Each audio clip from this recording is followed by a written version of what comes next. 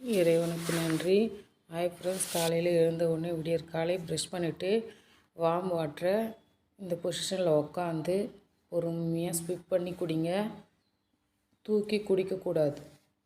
அதுக்கப்புறமா குளிச்சுட்டு உங்களுக்கு எந்தெந்த கடவுளை பிடிக்குதோ தியானம் பண்ணிவிட்டு அதுக்கப்புறமா காலை இயற்கை உணவு ரொம்ப ரொம்ப சூப்பரான ஒரு உணவு நம்ம சாப்பிட்லாம்.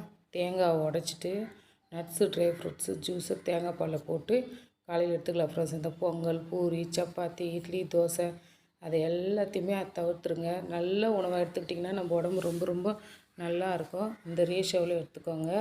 ஒருத்தருக்கு இது 2 பேருக்கு. உங்களுக்கு எவ்வளோ பேருக்கு தேவையோ அவ்வளோ போட்டுக்கோங்க. வெயிட்டு குறையணும்னு நினைக்கிறவங்க இந்த ஜூஸ் எடுத்துக்காதீங்க. நான் வேறு உணவு சொல்கிறேன். தினமும் எங்கள் வீடியோ ஃபாலோ பண்ணிக்கிட்டே வாங்க. உங்களுக்கு நல்ல நல்ல உணவு உடம்பு ஆரோக்கியமாக இருக்குது என்னென்னவோ அது எல்லாமே டெய்லி சொல்கிறேன் ஃப்ரெண்ட்ஸ். பாய்.